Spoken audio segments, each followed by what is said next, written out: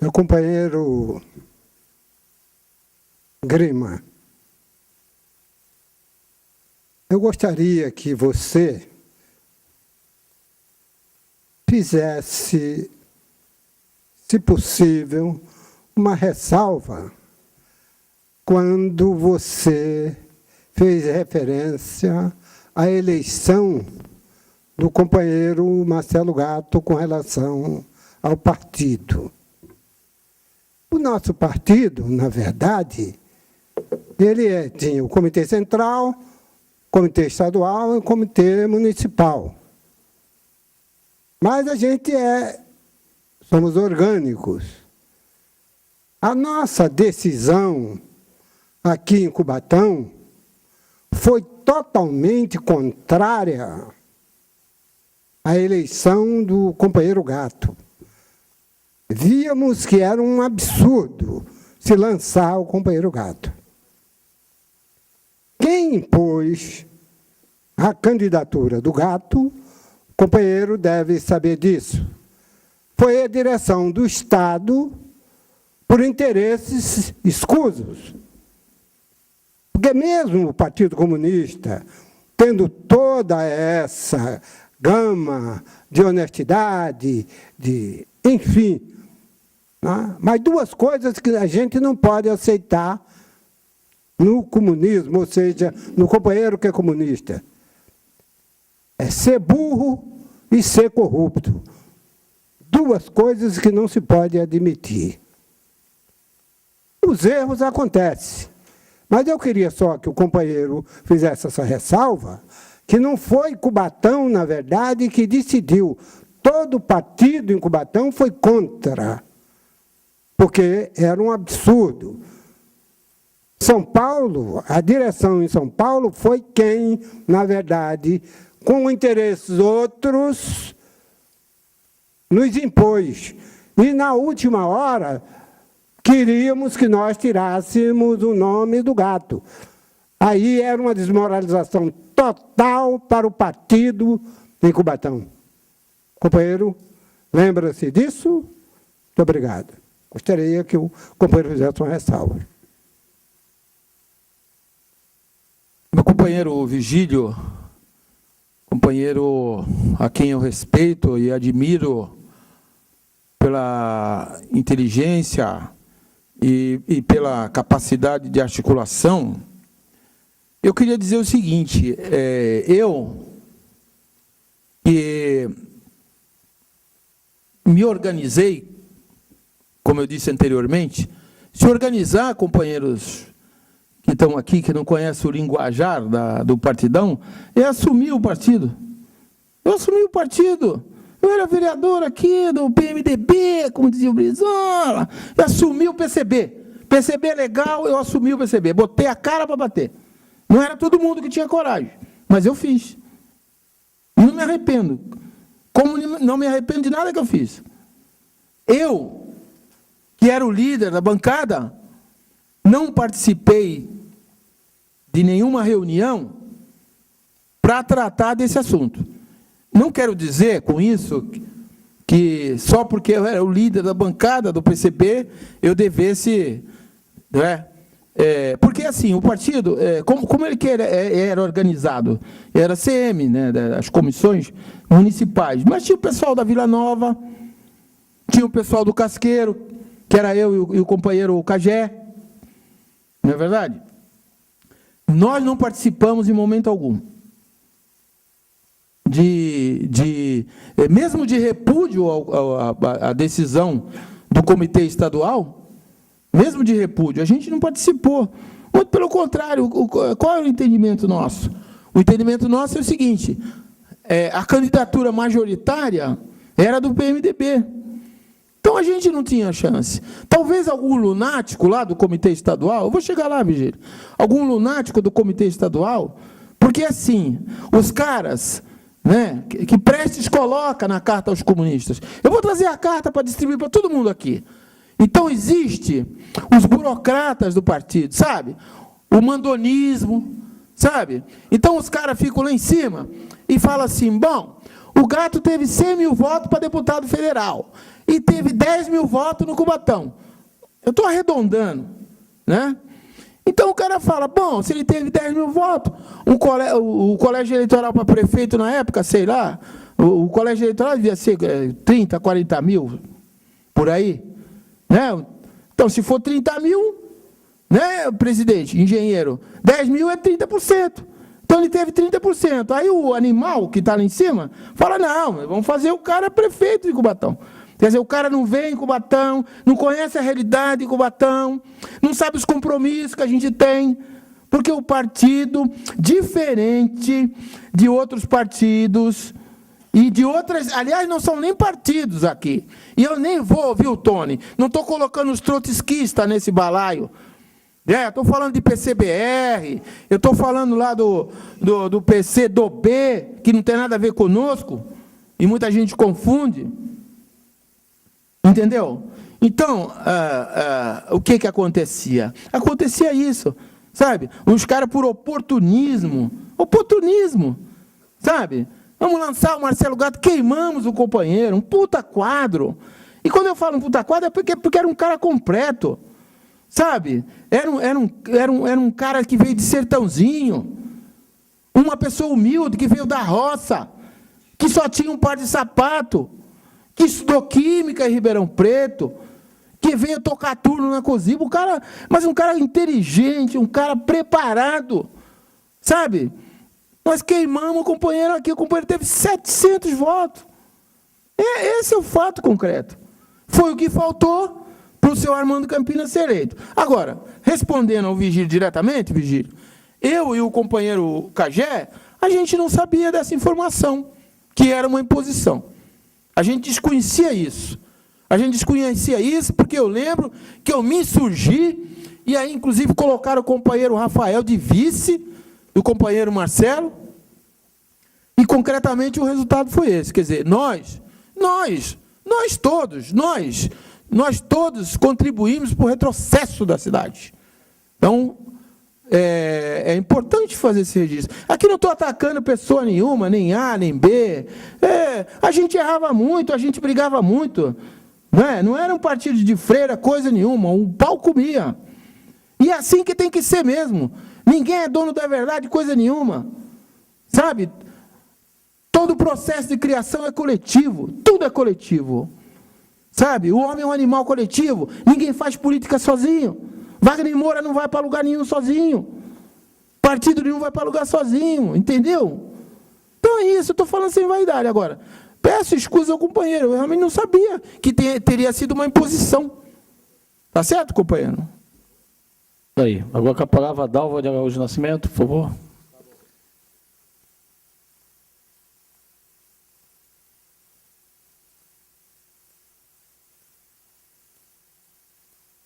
Bom, meu nome é Dalva de Araújo Nascimento. Eu conheci o Agrimaldo, eu tinha 18 anos, no escritório do tio Elvio, Moraes Blatz. Ele não escutou. Eu conheci você no escritório do tio Elvio, Dr. Elvio Moraes Blatz. Você tomando uísque e ouvindo Chico Buarque de Holanda. E, além disso, ele sempre quis dar uma de mal. Você gosta de fazer essa cara de lobo mau, né? Mas ele é uma pessoa extremamente sensível e comprometido com as causas sociais. E eu quero contar um episódio que, assim, o mês passado eu fui na AGEM, numa reunião da Câmara Temática de Políticas Públicas para as Mulheres, e lá onde estava toda a região metropolitana, todas as mulheres da região metropolitana estavam lá. E a gente foi falar sobre o Conselho da Condição Feminina. E eu, antes de sair da prefeitura, eu sou presidente do Conselho da Condição Feminina agora, eu tirei uma cópia do conselho da lei. E eu cheguei lá E eu disse que o Conselho de Cubatão é o mais antigo conselho de toda a Baixada Santista, inclusive da capital. Nós temos 28 anos esse conselho. E quando eu disse lá em plenário, as mulheres ficaram emputecidas, dizendo: como é possível? Cubatão, conselho antigo? Eu disse assim. Aí elas fizeram fazendo uma fofoquinha aqui e ali, mas como eu sou uma mulher prevenida, eu levei a cópia do conselho e mostrei, está aqui. O Conselho Feminino de Cubatão é o conselho mais antigo de toda a Baixada Santista, do Vale do Ribeira, inclusive da capital, de São Paulo. E o nosso amigo Agrimaldo foi o autor dessa lei. E eu gostaria, seu Agrimaldo, porque, aliás, o Partido Comunista ele estava assim, ele criou a grande maioria das sociedades de melhoramento. Eu acho que todo o avanço que tem nessa cidade foi construído pelo Partido Comunista Brasileiro, entendeu? Eu acho que isso, a gente tem esse mérito. Tá? Nós éramos pessoas engajadas, a gente discutia política internacional, a gente discutia política. Nós não fazíamos política, não era por grana, não. A gente fazia o nosso cartaz, a gente fazia a nossa cola para pregar nos postes de madrugada, enfrentando a ditadura. Né? Então, nós temos uma história muito bonita. Né? Aí, Agrimaldo, eu gostaria que você falasse, falasse sobre a criação do Conselho, como é que se deu? Obrigada, companheira Dalva. Agradeço muito o seu comentário, a sua generosidade, né?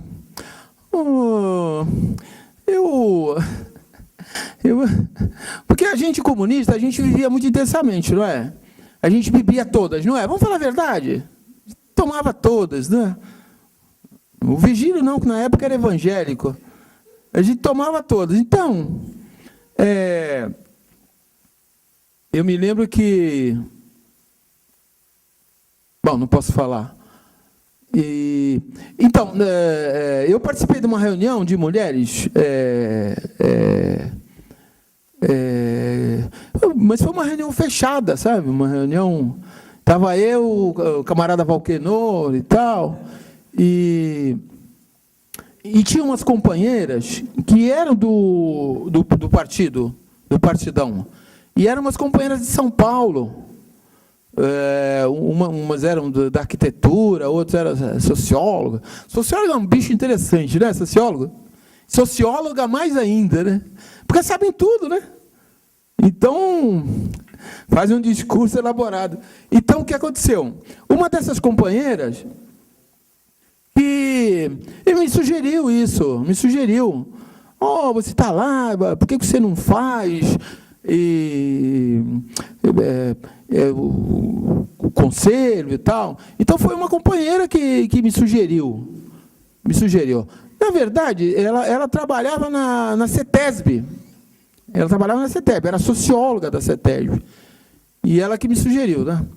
Porque assim, a gente, né, Dalva, a gente viveu intensamente, sabe, Dalva? Eu não acho legal a gente passar a imagem que a gente só sofreu.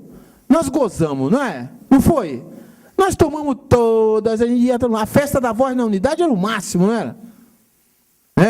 Eu não sei, as pessoas aqui não participavam. O Tony, então, tinha ódio, né?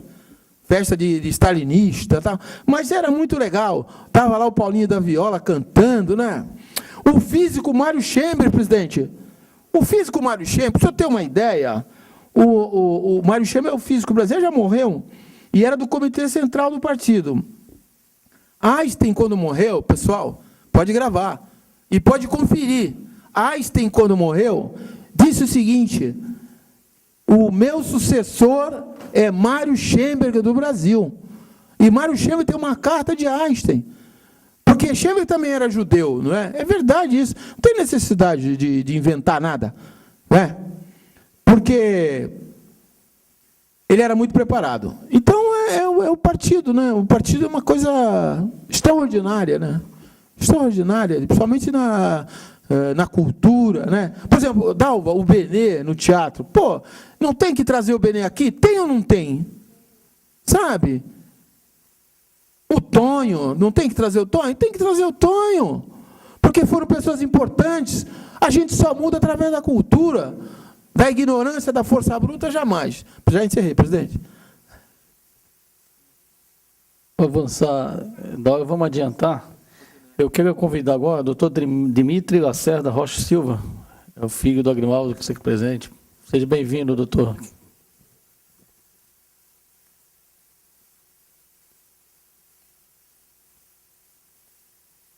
Boa tarde a todos. Primeiramente, cumprimentar o doutor Agrimaldo, os vereadores presentes, todos os presentes, boa tarde. Eu sou da nova geração, estou uma safra nova, estou vindo agora, tenho 25 anos. Eu gostaria de indagar, tanto para o presidente quanto para o ex-vereador, doutor Agrimaldo, as maneiras de manifestações que estão surgindo agora, certo? A gente teve as manifestações populares nas ruas, paramos o Brasil inteiro. Paramos, eu digo, porque eu participei aqui em Cubatão, estava nas ruas.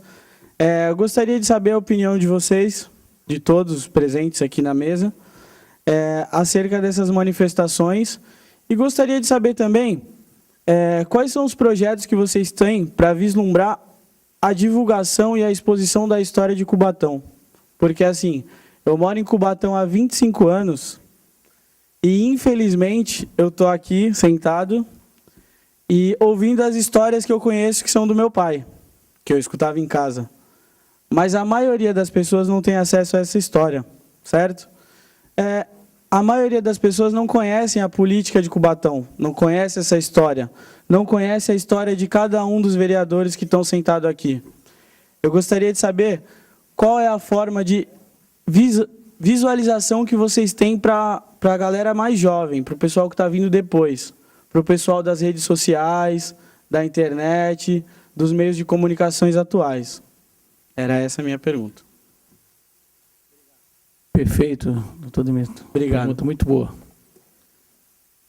Fez uma pergunta, eu vou responder enquanto presidente da Câmara, eu acho importantíssimo isso. E eu queria, viu, Dimitri, que aqui tivesse mais pessoas, tivesse lotado isso aqui, porque as pessoas estão perdendo, na realidade, perdendo a história de Cubatão, porque desde o primeiro entrevistado, que foi o Vigílio, depois o Cagé, né, e agora com o Nivaldo, com o Agrimaldo, nós estamos absorvendo conhecimento que até então eu, que tenho 48 anos de idade, nascido em Cubatão, não conhecia o Agrimaldo, muitas vezes a história. E aí, justamente, a Câmara está dando o seu primeiro passo. O passo, criar a Comissão da Verdade, né, depois concluir, fazer um relatório final, né, e levar isso para as escolas, para a população de Cubatão, para o pessoal entender e conhecer o que é Cubatão. Né? Nós tivemos recentemente, nós estamos com os projetos aqui, que você pode, se tiver um grupo de amigos, você pode visitar, que a casa é sua, que nós vamos dar continuidade, que são visitas de escolas no parlamento, que você fica conhecendo qual a função do legislativo, né? Você visita toda a Câmara, então é importante essa interação entre a sociedade e a Câmara Municipal. Nós temos que se abrir mais. Agora, quantas manifestações, eu tive aquele episódio da minha vida que foi no momento das manifestações. E eu, como pai, eu gostaria de ter saído também, quase entrei na televisão, para participar até então daquelas manifestações. Né? A gente tem que ter, a política está perdendo a credibilidade, então nós temos que melhorar, os políticos têm que ser melhor que a população, tem que fazer projetos que venham beneficiar a cidade no todo, e, de certa forma, essas manifestações não podem partir para o jeito que está partindo as manifestações hoje, porque aí você também, as manifestações, eu acho que é livre, né? Todos têm direito a se manifestar, mas tem algumas manifestações que aí se abusa, se passa, que aqui, por exemplo, da Câmara, quebraram os vidros aqui do Poder Legislativo. Isso aqui, tudo que tem aqui é com o dinheiro público que é comprado. Então, eu acho justo você depredar patrimônio público, fazer essas coisas, mas você tem que fazer a manifestação de forma democrática, porque ela tem que existir. A insegurança que está no país hoje, né, tem que ter uma manifestação da população, e a população preza por segurança, por saúde, por educação, que são as maiores vertentes do país e onde os políticos e os administradores têm que mais investir. Mas fico feliz, Agrimaldo, filho de 25 anos, advogado, está no caminho certo, e aqui escutando a sua história aqui hoje, eu acho muito bonito isso. Parabéns pela sua participação. Eu vou passar agora para o vereador Agribaldo para responder. Se quiser falar alguma coisa, Fábio, depois. Eu não sei se é o momento, acho que depois das considerações, eu queria fazer um requerimento com relação, se Excelência for deliberar agora, no plenário, com relação à oitiva de algumas pessoas citadas pelo depoente. Não, isso vai ser feito depois Posterior, da reunião na sexta-feira que a gente tem com toda a subcomissão e grupo. Tá bom? Tá bom, então. Tá bom. Ok, obrigado. Com a palavra, vereador Agribaldo. Obrigado pelo vereador. Dimitri, é o seguinte, velho. Tu tá ligado? Que eu não conheço, eu sou analfabeto digital. Eu não conheço essas minhas. Aliás, uma deficiência grave, né? Grave. Eu comprei até alguns livros e tal. Enfim, porque a juventude se organiza, né, para o bem e para o mal, rapidamente, né?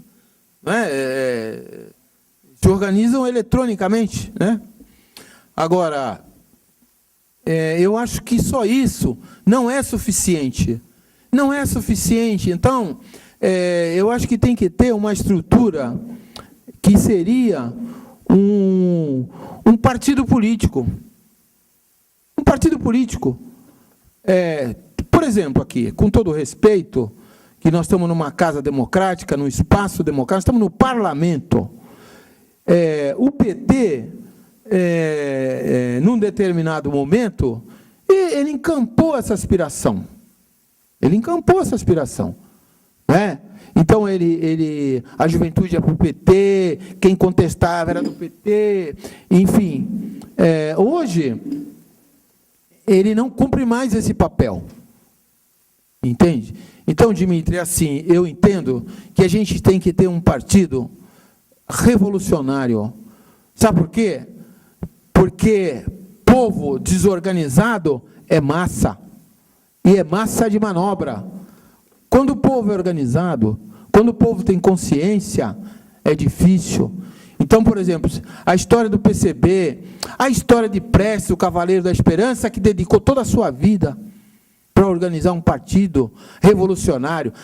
Mas não é só revolucionário porque pega em armas, também. Mas revolucionário é a luta ideológica do dia a dia. Do dia a dia, o combate ideológico, que é difícil pra caramba. Sabe por quê, filho, que é difícil? Porque o capitalismo é dono do jornal, é dono da rádio, é dono da televisão. Eu vou ouvir o Virgílio coisa nenhuma. Esse comunista velho, sai daqui, rapaz, vai falar aqui coisa nenhuma. Não é, companheiro? Nós não temos espaço. Nós não temos espaço. Então, ou a gente se organiza a partir do povo.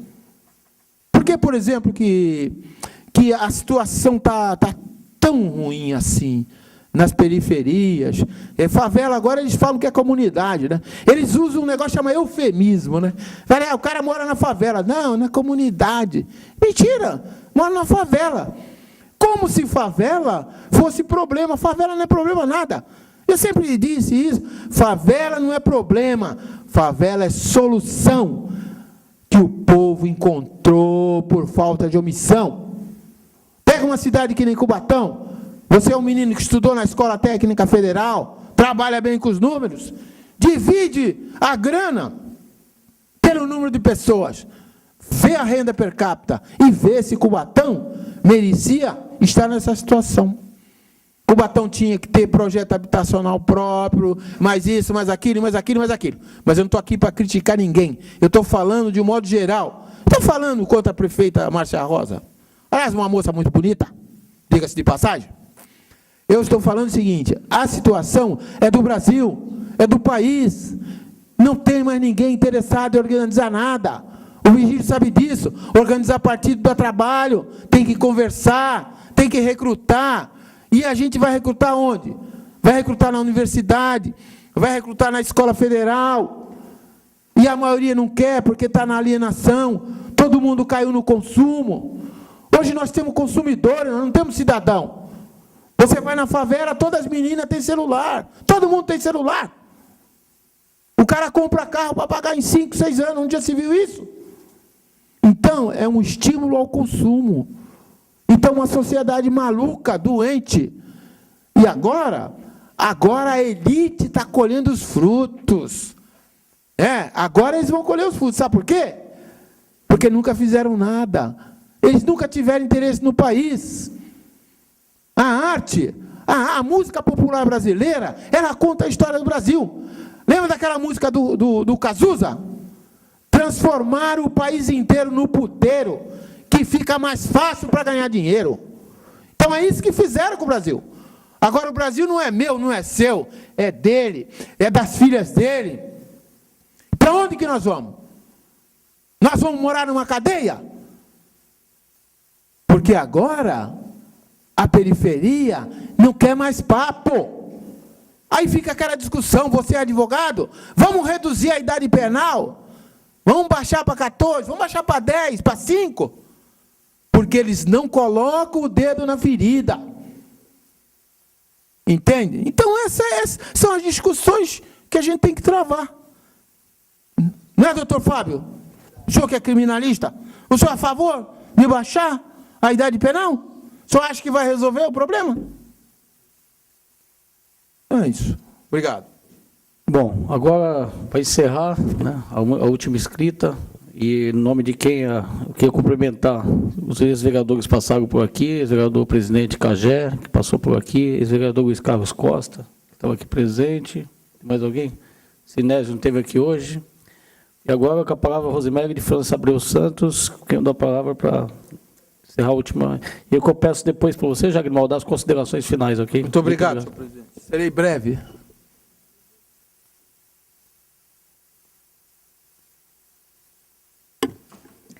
Boa tarde, presidente Wagner Moura. Boa tarde, demais vereadores. E, por que não, o vereador Agrimaldo. Ouvindo atentamente essa explanação, não deixei de fazer uma viagem no tempo. E lembro-me que cheguei nesta casa em 1986, momentos depois da luta pela autonomia. E aqui eu cresci como pessoa, ouvindo você, a sua falação, como você intitulou no início da sua fala, ou falação, Dorival, Mirralho, Gigino Aldo Trombino, Cagé, e também, com muito orgulho, meu irmão João Ivaniel.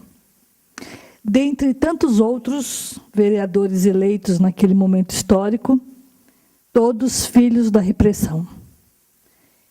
E lembro-me que as questões que eram debatidas dentro deste plenário tinham uma grande repercussão, mas também tinha uma grande dificuldade com a imprensa, que ainda se ressentia de todo aquele momento vivido na ditadura, e, portanto, os vereadores que ousavam levar o seu discurso além das fronteiras deste plenário, que não contava com uma televisão, nem com a internet, precisavam usar de muita criatividade para serem ouvidos. Você era um deles. Você criou um jornal alternativo chamado Cobra de Vidro. Obrigado pela lembrança. Lembro-me que o meu irmão João Ivaniel criou um outro, chamado Ping Pong. O jornal Cobra de Vidro era um jornal bastante bem, muito bem elaborado, com notas curtas, vindas de uma linguagem sindical, que atendia bem o público e dava informações preciosas sobre o que acontecia naquele momento político aqui na nossa cidade. Já o ping-pong traziam perguntas e respostas. E aquelas perguntas que o povo fazia nas ruas e as respostas que, por vezes, eram dadas aqui dentro, mas que não tinham o alcance necessário para chegar ao povo. E dentre essas ideias de levar informação, é que eu fiquei imaginando a curiosidade do Dimitri em dizer que hoje, né, com todo esse mecanismo veloz, né, com todo esse mecanismo imediato que é a internet, existe ainda muita dificuldade de nós levarmos as discussões desta casa para os lares brasileiros, simplesmente porque a classe política está desacreditada.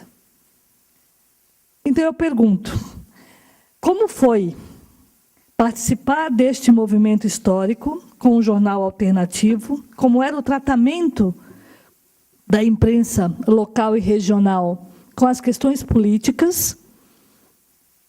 Lembro-me que a principal bandeira era a questão da poluição, tanto da questão da Ródia, como você já colocou, e logo depois com o incêndio da Vila Socó, conhecida hoje como Vila São José. Sem contar o Vale da Morte, Vila Paris, de onde eu e meu irmão viemos, né, a nossa família, e que a gente sabia bem como que era o clamor popular naquela época. E realmente, imaginando que hoje, com todo esse mecanismo que nós temos da internet, todo esse fenômeno, nós não estamos alcançando ainda a classe estudantil, nem a população da forma como gostaríamos. Então, eu queria que você fizesse um comentário a respeito do Cobra de Vidro, saber se você tem algum exemplar para que fosse doado ao nosso arquivo histórico, que foi criado em 1998, justamente com esse propósito de trazer à baila a história de Cubatão, que é uma história rica e extremamente importante no cenário nacional. Haja vista que temos aqui hoje a foto de do vereador Cláudio Ribeiro, que foi o precursor dessa luta, né, e que resplandece hoje como um ícone na Comissão da Verdade, por sua luta, por sua história e por seu vínculo com Cubatão. É isso. Obrigada. Vereadora Rose, muito obrigado pela sua pergunta, que me dá a oportunidade de fazer algumas considerações não só sobre o Cobra de Vidro. Eu gostaria antes, vereadora, que eu sei da sua preocupação com a cultura, afinal, você é jornalista de formação, mas eu gostaria de antes registrar, para não me perder, eu tinha anotado aqui e acabei... Por exemplo, eu não vou fugir da pergunta. Eu criei aqui, modéstia à parte, naturalmente, a Galeria Afonso Schmidt. Salão Afonso Schmidt. Por que Afonso Schmidt? Um escritor cubatense e tal, e tal, e tal. Agora, o que sempre eu me debato, viu, companheiro Vigílio, é que Afonso Schmidt pertenceu ao Partido Comunista Brasileiro. Eu tenho um livro de Astrogildo Pereira, editado em Portugal, porque na época da repressão, obviamente, não se podia falar nisso, e na fundação do partido, em 1922, sai de Cubatão, uma fração de representantes de Cubatão, na fundação do Partido Comunista Brasileiro, com Afonso Schmidt. E por que estou falando isso? Porque a historiografia oficial sempre omite isso. Aí fala de Zanzalá, não sei o que lá, não sei o que lá. Mas ninguém fala assim, Afonso Schmidt, num determinado momento da história, pertenceu aos quadros do Partido Comunista Brasileiro. Ele foi anarquista, não sei o quê, não quero falar disso. Eles só falam do que interessa para eles, né? Mas não falam, não. Ele foi militante do Partido Comunista Brasileiro. É que nem, por exemplo, o Enigma de João Ramalho, escrito por Afonso Schmidt. João Ramalho era judeu. Olha só, João Ramalho era judeu. Não sou eu que estou falando. É Afonso Schmidt que está falando. João Ramalho ou Ramalhudo, assim chamado pelas suas barbas. Ele veio para cá antes de 1500, Que essa história de que a gente foi descoberto em 1500 é um folclore, né? Que só não engana comunista, né? Então, o que acontecia com João Ramalho? João Ramalho era judeu. Aliás, a propósito disso, Rose, não esqueci. Nós, comunistas, nós temos muito a ver com judeu. Sabe por quê? Viu? O Ceará foi embora, que é o secretário ad hoc do CAGE. Ele foi embora, ele fez a cobertura e já vai fazer o relatório. Então, é o seguinte, nós somos discriminados, nós somos perseguidos, sabe? Comunista come criancinha, entendeu?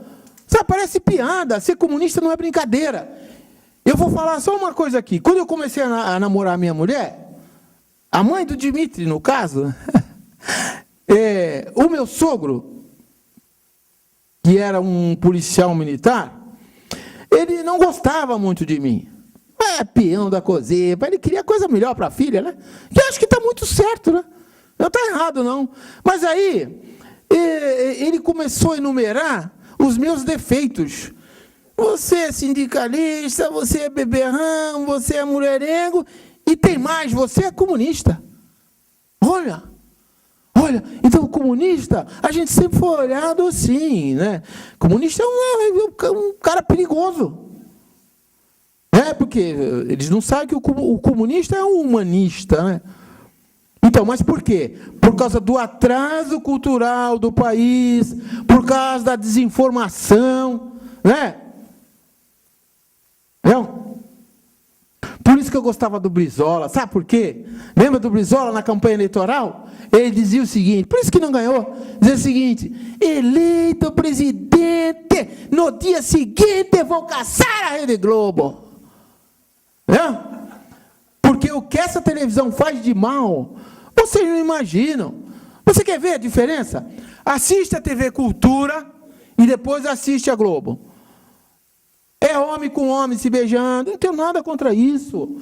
Eu não tenho nada contra a vida sexual de ninguém. A vida sexual não é um problema do partido. Tudo bem? Não é, companheira? Entre quatro paredes, problema de vocês. Agora, induzir as crianças a dançar boquinha da garrafa, explorar a sensualidade infantil, depois falam de pedofilia, falam que os estrangeiros vêm fazer turismo sexual, a gente expõe as crianças na televisão direto. É um país de hipócrita, entende? E nós que temos que mudar, ninguém vai vir mudar isso para nós. Ou nós vamos importar um técnico americano para vir aqui mudar o Brasil. Entende? Daí, Dimitri, a importância de um partido revolucionário, que nós não temos. Mas nós temos o embrião. E nós podemos construir ou reconstruir esse partido, porque senão não vai mudar nada. Viu, Dimitri? Está aqui na Folha. O artista que morreu, como é o nome dele, meu Deus do céu? Aqui. Sabe onde ele começou? No CPC. No Centro Popular de Cultura do Partido Comunista Brasileiro. Está aqui na Folha de São Paulo. Não sou eu que estou falando. Então, olha como é importante o preparo ideológico. O preparo ideológico, filho, é o cara não ser imbecil, é o cara ter um senso crítico, é saber ler um jornal, é não ser bobo de ninguém, é não ser bobo de estrangeiro, é ter dignidade, exigir respeito. Voltando, Cobra de Vidro. Doutora Rosemary, o Cobra de Vidro foi um jornal, que não foi um jornal, foi um boletim informativo da minha experiência no sindicato, novamente o sindicato, porque em alguns períodos eu fiquei responsável pelo nosso boletim informativo lá. Aqui era um rodízio. E eu fiz um boletim informativo, exatamente na linha do que você estava dizendo. A gente não tinha espaço na tribuna, a gente não tinha espaço. Só quando era para falar, não, vereador estava bêbado de madrugada e atropelou uma galinha, aí era manchete, né? Então a gente fez um informativo alternativo, cujo nome era Cobra de Vidro. Agora, por que cobra de vidro? Né? Alguém vai cobra de vidro, cobra de vidro. Cobra de vidro é um plágio. E cobra de vidro, eu tirei de um artigo de Sérgio Buarque de Holanda, que era o pai do Chico Buarque de Holanda. Que o cobra de vidro, segundo Sérgio Buarque, no Nordeste, era uma cobra que você, vamos dizer assim, você não matava, ela se recompõe. E nem eu assim, está entendendo? Não dá para matar, só se for... Então, o cobra... Mas é sério. Então, deixa eu te falar uma coisa, um orgulho que eu tenho, né? O pessoal colecionava o meu informativo. Eu ia na feira distribuir, eu tinha poucos números, o cara falou, pô, tá faltando o número 5, tá faltando... Eu tinha um orgulho, né? O pessoal colecionava, né? Agora, é o seguinte também, era da medalhinha para cima, não era? Hein? Era cacete. Era cacete. E não poupava ninguém. Né? PDS... eu não quero citar nome aqui, porque... Nós temos um advogado criminalista aqui.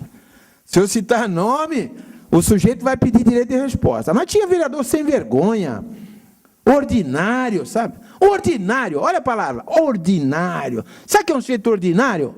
Aquele cara que faz a crítica, depois passa no caixa para pegar um dinheirinho. Então tinha aqui, tinha de tudo isso aqui. Entende? Então o parlamento...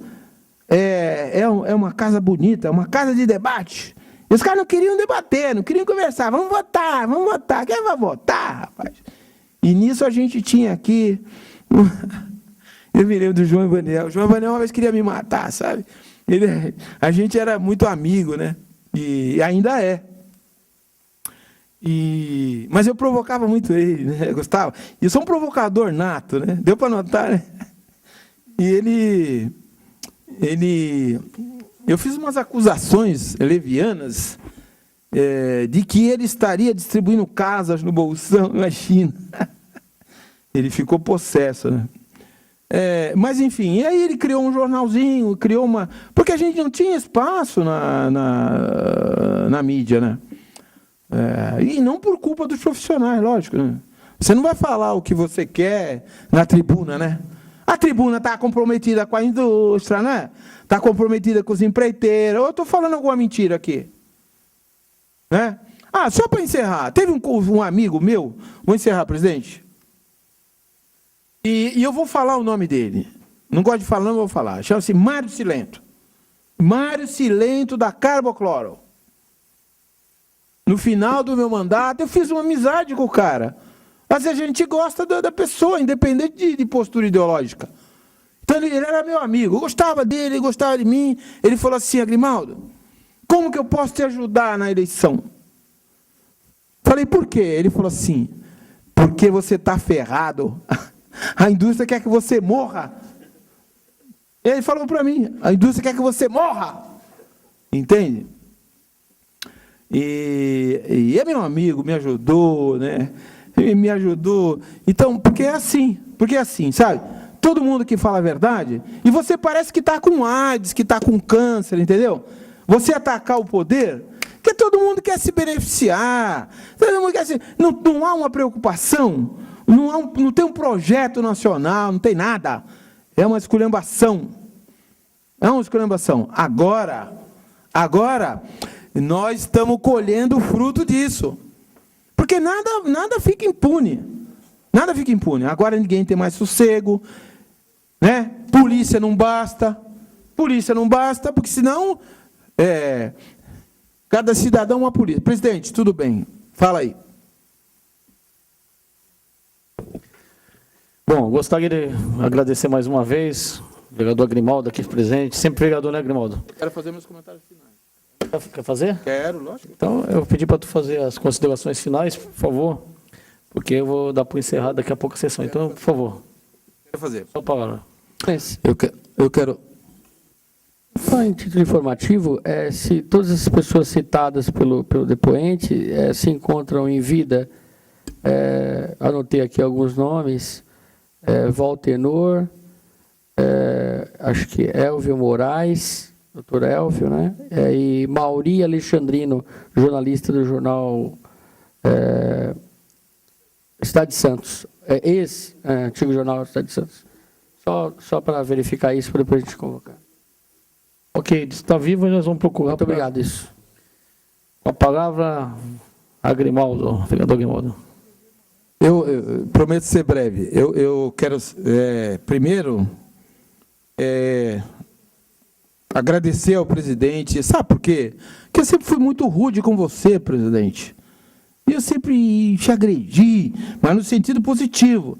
Eu achava que você tinha que fazer uma candidatura. Não foi? Não foi. Nesse sentido. Então, às vezes, a gente é veemente, tá? Mas eu tenho o maior carinho, o maior respeito por você. E outra coisa é dizer o seguinte, né? Mandar aqui um recado, viu, presidente? Você mesmo pode fazer isso para a prefeita Márcia Rosa, para que ela dê uma atenção ao Perequê. Viu, presidente? Não é nada pessoal meu, porque o Perequê, o pessoal, principalmente o pessoal da periferia, o pessoal carente, frequenta, Ivan sabe disso, e o Perequê está triste, está um abandono, não tem nada lá. Então, eu estou pedindo, porque eu fui autor do projeto de lei, tem um projeto de lei que foi aprovado, que cria o Parque Ecológico do Perequê. Entende, presidente? Então, veja se é possível, né? Que a prefeita faça melhorias lá, que vocês só vão ganhar com isso, ó, assim de gente lá. Viu? Vou falar pessoalmente com a prefeita. Tá, e eu não encerrei ainda não. Que a nossa prefeita se transforme na nossa Márcia Rosa, na nossa Rosa a Vermelha, a Rosa de Luxemburgo, não é? Porque sem crítica, eu acho que também sofreu percalços e coisa e tal, mas eu acho que pode fazer muita coisa ainda, viu, presidente? E enfim, eu quero agradecer às mulheres, em nome da minha mulher, a companheira Célia, porque quando eu fui namorar minha mulher, meu sogro não queria, né? Ela falou que era comunista, aí eu comecei a namorar o meu sogro. Comunista esperto, eu comecei a namorar o meu sogro. Aí eu ficava com ele, bebendo. E na hora de ir embora, nordestino, todo nordestino é passional, né? Aí ele me levava, vamos em casa comer alguma coisa, né? E eu de olho na filha dele, né?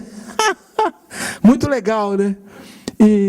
Mas é assim, uma grande companheira, né? Dizem que ela é inteligente, eu acho que não é, porque casou comigo, né? Não deve ser muito inteligente, né?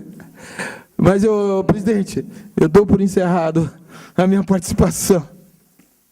Ok, essa presidência agradece, como já agradeceu o ex-vereador Agrimaldo, o senhor Nivaldo Florentino Cordeiro, esteve aqui presente hoje, depoimento, e a participação de todos, e informa que as reuniões da Comissão da Verdade são realizadas todas as sextas-feiras, às 14 horas, nas dependências desta casa. E aproveito a oportunidade de convidar todos os presentes. Muito obrigado a todos, que Deus abençoe e um abraço. Boa noite a todos.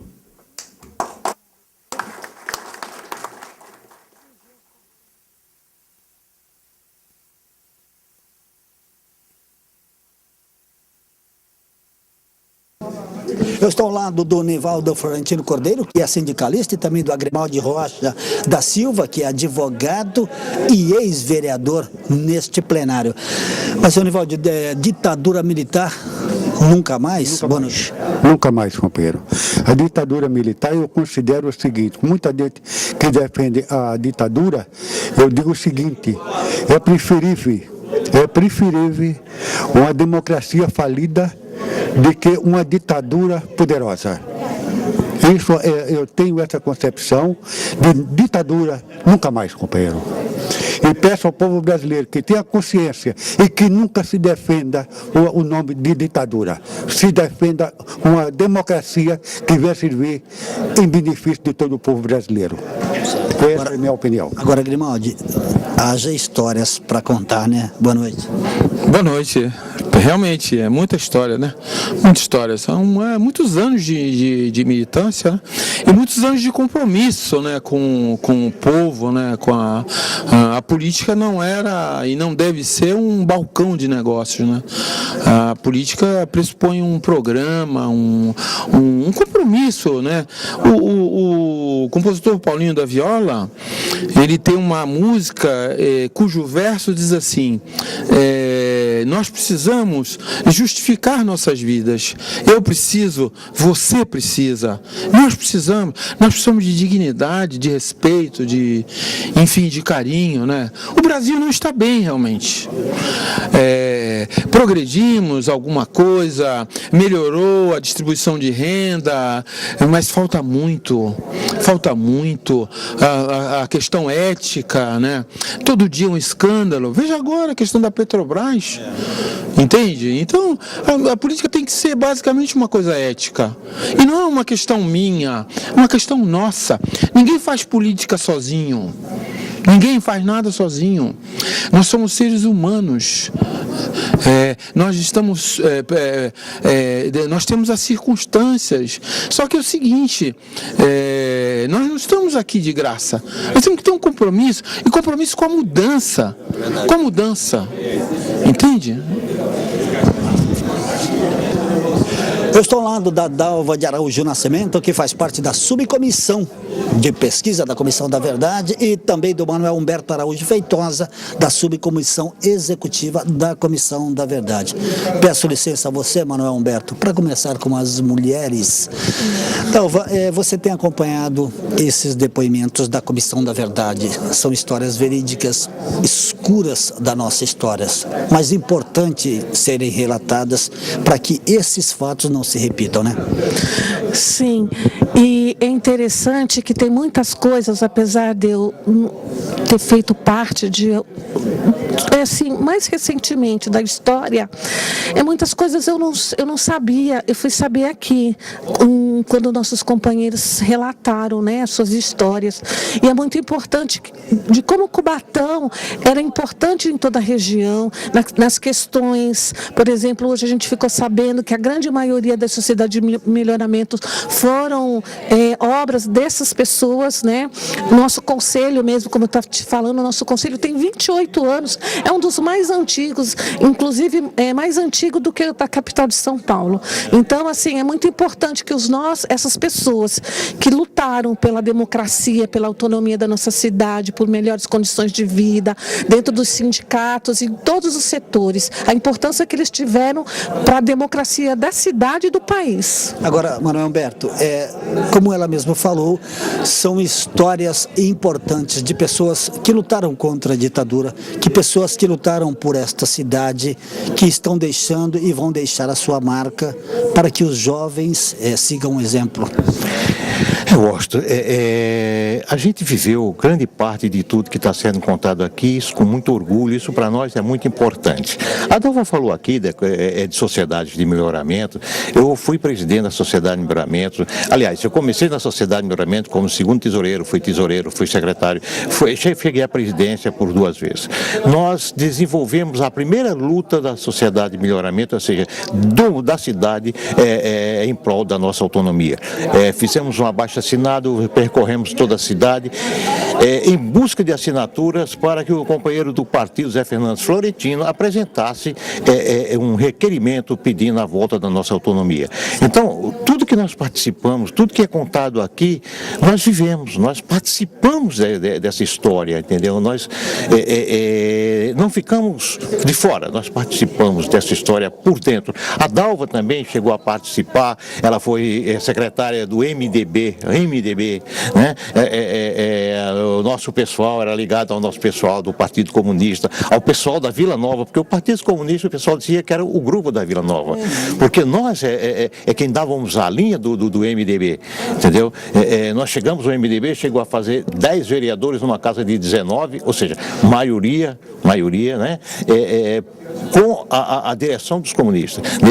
Nessa oportunidade foi eleito o Cagé, foi eleito Agrimaldo, foi eleito Tinédio, foi eleito José da Vila Paris, que eu não lembro agora, e Agrimaldo. O Partido Comunista foi eleito 5. Então perceba que o partido tinha uma influência nessa cidade. Agora, você não deve ter vivido a época dura da ditadura, porque você é novinha, né? Eu tenho 56 mas pelo que a gente conhece, pelos conhecimentos no dia a dia dos estudos, que a gente sabe, nunca mais ditadura, né? Com certeza, nunca mais ditadura. Olha, eu era vizinha do seu Nivaldo e do José Fernandes Florentino. Então, eles me conheceram pequena. Então, eu via os rumores na casa deles, entendeu? Eu conheci muitas pessoas importantes de perto, como, por exemplo, Almina Afonso, o próprio Fernando Henrique Cardoso e Marcelo Gato, Nelson Fabiano, Franco Montoro. Eram pessoas que frequentavam essa cidade, assim, de uma maneira natural, normal.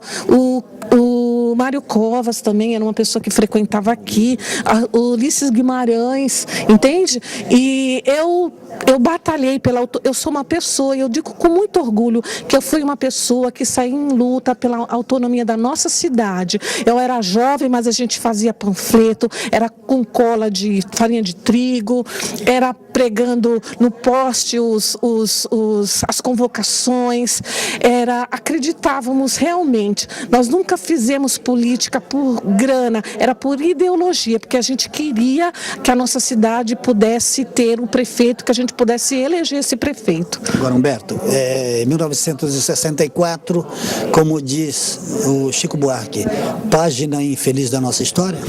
Sim.